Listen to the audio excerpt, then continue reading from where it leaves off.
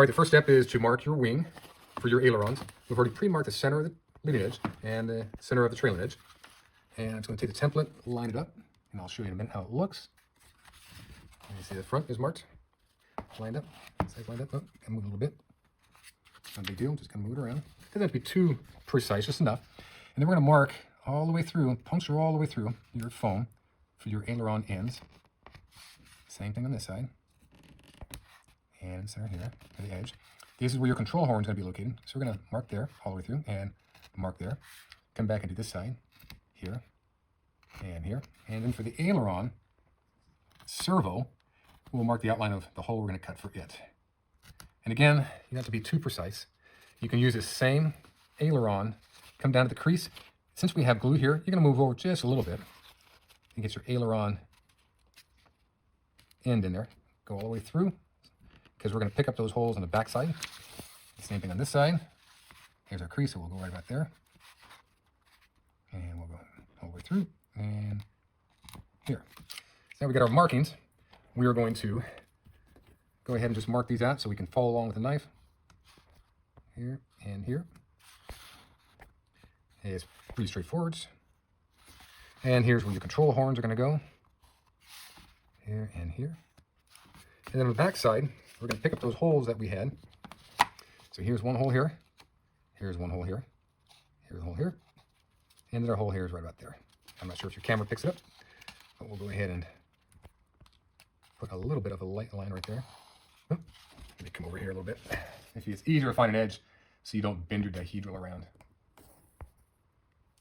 Okay, now we have a straight line coming here. And then a straight line coming down here as well. Now if you need a marker or a fancier little pin, so you can mark on the, so you can find that. And we'll do the same thing on the side as well.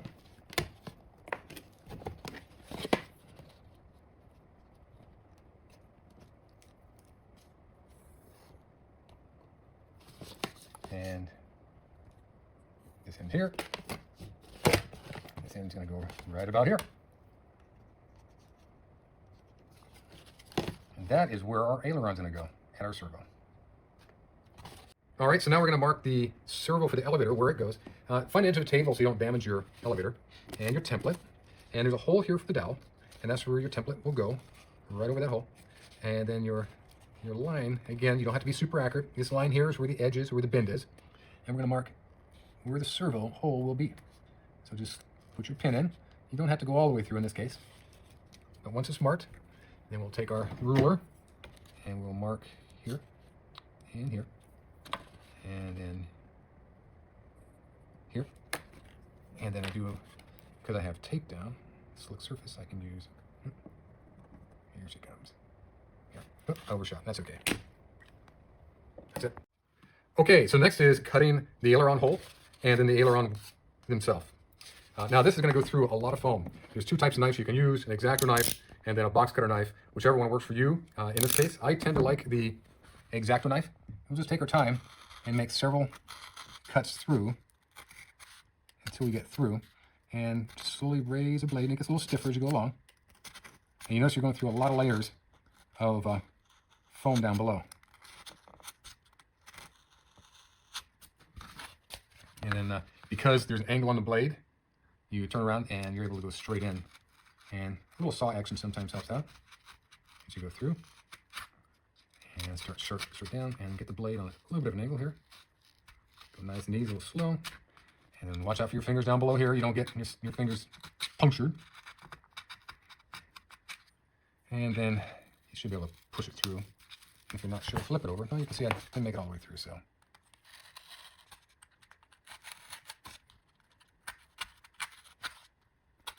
And once you're through, it should pop in. Here's the back side. There you go. So there's that servo hole there. As long as it's over here, our next step is to cut here. So because of our dihedral, I tend to find the edge of a table like this. And then I use my box cutter for this. And so what we're going to do is these ends need to be cut completely. However, the hinge area will not. So we're going to lightly score here, just cutting through the top level of the paper and a little bit of the foam. And you'll see why in a minute. So score here. Don't go all the way through. And we'll do this side as well over here. Like that. And then we're going to go ahead and get comfortable on this side. So we'll start with this side here. And go ahead and cut all the way through. Same thing with this one here. The box cutter has a longer blade, so it helps you keep a straight line as you go through. And again, start with just a very light score so your blade can follow it.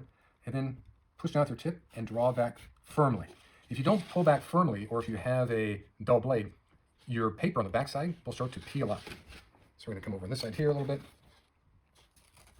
Again, so we don't damage our dihedral. And there we go. So now we're all the way through on all ends. We should be able to take this and pop our ailerons, which are nice. Now, as you expect, aileron can go up, but it can't go down. And that's because we have foam on the backside. So we're going to go ahead and what's called a bevel cut. And the bevel cut, so on the bevel cut, we go ahead and fold the aileron up, and we don't want to cut into the paper here, but we do want to cut on a 45. So I tend to kind of go up a little bit, and I watch this tip here, where the blade gets near the hinge of our aileron. Don't cut through the paper. If you do, don't worry, because you can always tape it to shrink it later. And we'll do the same thing on the side here. Let's start here. Here's the hinge. Kind of go in, a little back and forth. There you go.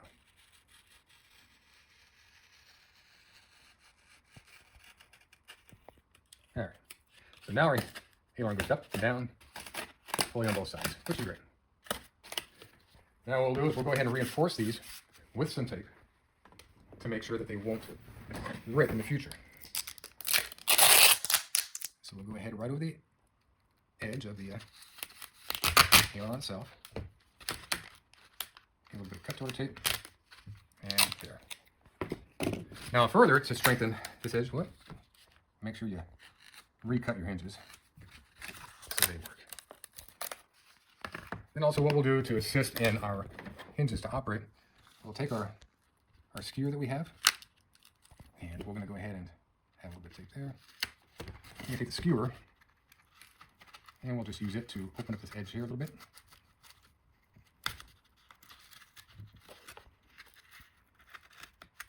This will allow our ailerons to move freely.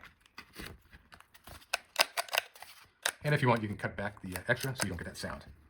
Our tape.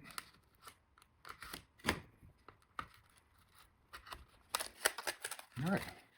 The other step you can take is to strengthen these, is to take a little bit of glue, very lightly, go right on the edge here. And this will keep the aileron from separating. And then with a scrap piece of foam, you're going to take this edge and make sure all that glue is gone. The same thing on this side here. This keeps your hinge from separating from the paper.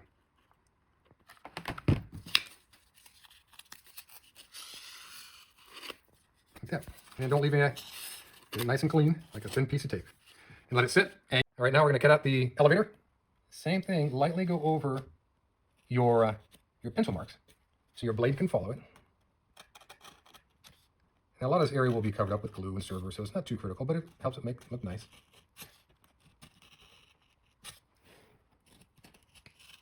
And if your hole is a little bit too small, don't worry, you can kind of force your servo in there and make it open up. If it's too big, again, don't worry, that's what glue's for, it'll fill up that hole. And that's it. Okay, so we're gonna go and finish off our elevator. So we do need to score. Your kits may be scored enough, but if not, just gently score. Do not go all the way through. All you're doing is breaking that top surface from full end to full end, and gently pull it back. And you'll notice it's gonna stop with this tail here, which is fine, because that's as far up as it needs to go. We just need to make sure it can go down. So what we're gonna do is very gently, we're going to cut back our edge all the way through. And what I'm doing is I'm watching my tip of my blade in that crack way inside the hinge. And I'm slowly gonna angle it so I can cut it all the way through.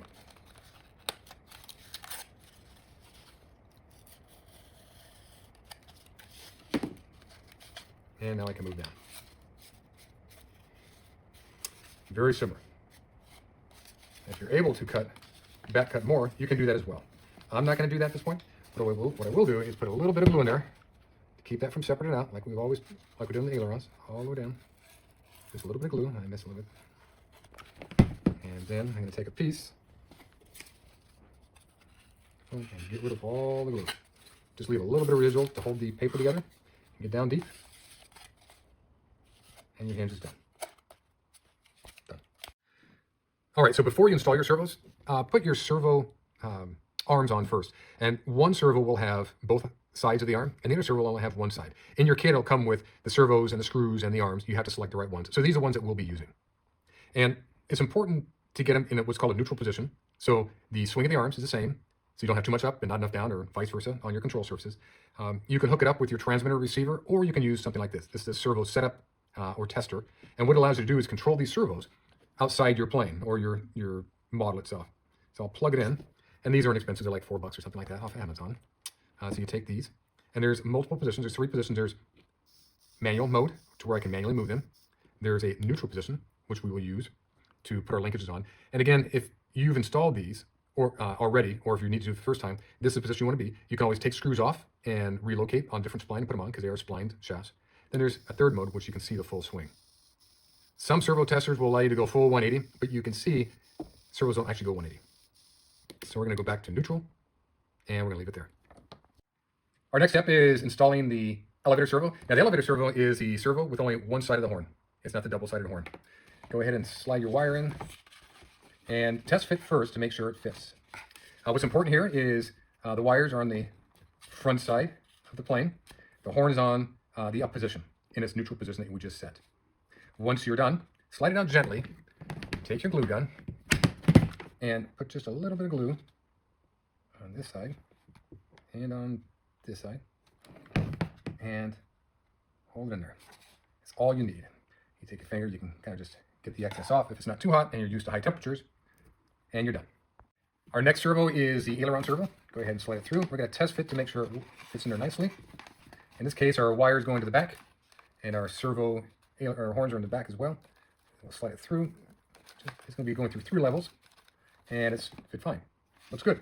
So we're going to push it up a little bit, and we're going to add a little bit of glue on one side, glue on the other, and we're going to go ahead and push this puppy in. There's some excess glue. Luckily, my fingers are extra tough, and that is it. Next, we'll install the elevator control arm.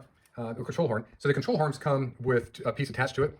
Don't throw this piece away. This is actually retaining. Once we slide the control horn in, that'll be a retainer to keep it from falling out. But we'll also glue it. All right. So if we take a look at the kit, has a little line for where the control horn would go if we were in this side of the body. But our servo is actually on the outside. It's about a 1/2 inch off. So what we did is we marked a 1/2 inch over here where our control horn will go. When we install our control horn, it's important that these holes here line up pretty much over where the crease is of our elevator, or any control surface, even our ailerons and our rudders. So what we're going to do is we're going to go ahead and take our X-Acto knife, and we're going to slice just gently in this area here. This is where the control horn will go. We're going to slide our control horn in like that. We're going to, I will visually line up where my holes are here over my hinge. Test fit it. It looks good. Pull out a little bit. I'm going to put a little bit of glue in there, like that. And if you do what I did, just got to glue inside your hinge. You can get it out of there. You don't want it inside your hinge. Go ahead and double check where your holes line up, and they do pretty much line up there.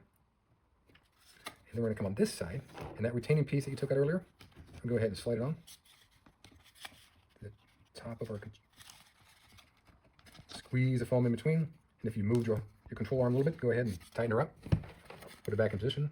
I always put a little bit of glue just to make sure it doesn't slide off, and that's it. And we're on.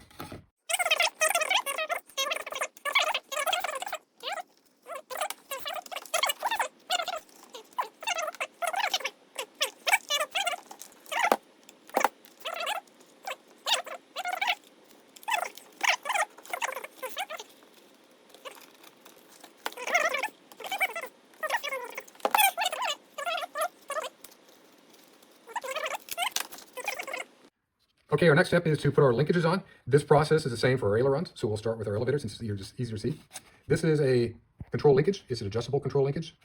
And you'll notice it splits apart. There's a little tang on this side here. That tang, screw out towards the edge so you can access it. We're going to put the tang in the second hole from the bottom.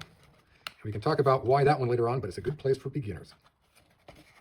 Then we're going to take our control arm and we're going to come to our servo. Second hole, also from the screw, good place for beginners. Kind of help it over. Now what's important is to make sure you haven't moved your servos, that they are in neutral positions. If they're not, get them in a neutral position. It should be right about in the middle. And for your surface, it wants to be in a neutral position also.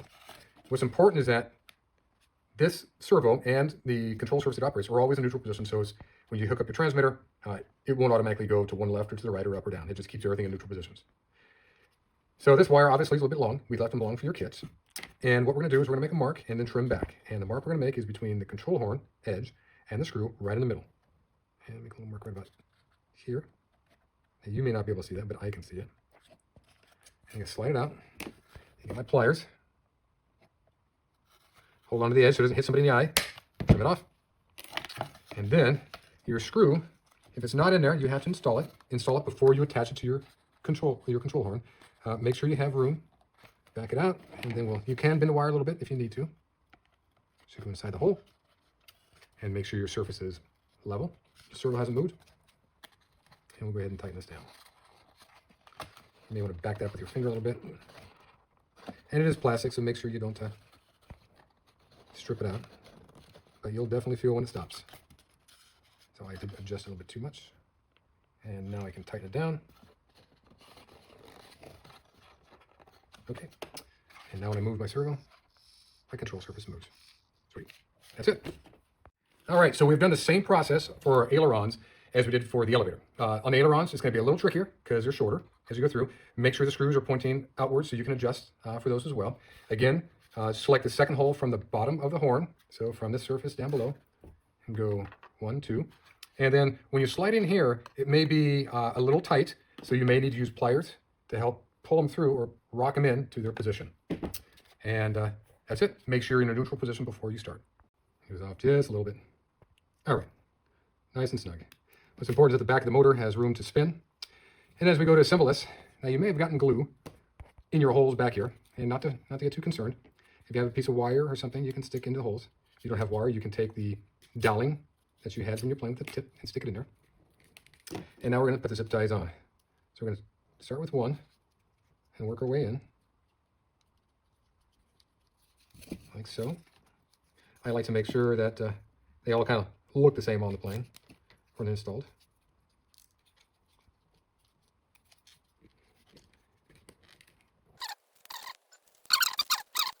All right, because we're adding more weight to the plane and power, we want to go ahead and strengthen the back of this trailing edge for our rubber bands. So what we're going to do is take the leftover wood that we have, we'll mark it.